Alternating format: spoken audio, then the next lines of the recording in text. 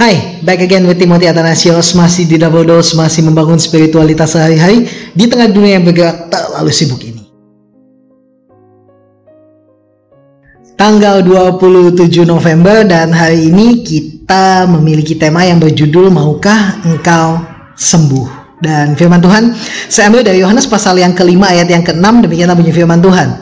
Ketika Yesus melihat orang itu berbaring di situ dan karena ia tahu bahwa ia telah lama dalam keadaan itu, berkatalah Yesus kepadanya, "Maukah engkau sembuh?" Saya suka pertanyaan itu.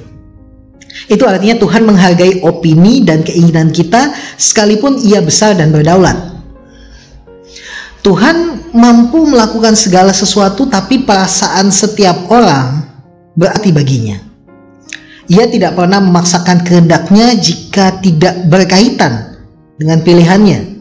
Ada hal-hal di mana Tuhan bersikeras dengan pilihannya, tapi ada juga hal-hal di mana Tuhan mungkin lebih lunak dan sangat menghargai perasaan seseorang.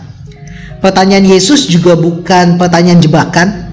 Dia nggak membuat orang sakit itu sampai hati-hati, ini pasti jebakan nih, pertanyaan ini pasti jebakan nih gitu. Tapi jadi jangan curiga kepada Tuhan. Jawaban dari pertanyaan itu bukan untuk mendorong Tuhan menyembuhkan. Sekali lagi, jawaban yang diberikan itu tidak menjadi pendorong bagi Tuhan untuk menyembuhkan, melainkan untuk melihat bagaimana seseorang memandang Tuhan. Beda ya. C.S. Lewis mengatakan sebelum kita menyadari betapa sakitnya kita dan dunia yang kita tinggali ini sama-sama sakit ya dengan kita tidak mungkin memandang kepada Tuhan untuk menemukan kesembuhan. Jadi kita bisa lihat bahwa maksud dari pertanyaan itu adalah untuk menyadarkan kita bahwa semua hal yang terjadi pada kita, termasuk kesakitan dan penderitaan kita, adalah untuk mendatangkan hormat pada Allah. Mendatangkan hormat pada Allah di waktu yang tepat. Dan dari penghormatan pada Allah muncullah pengenalan akan Allah.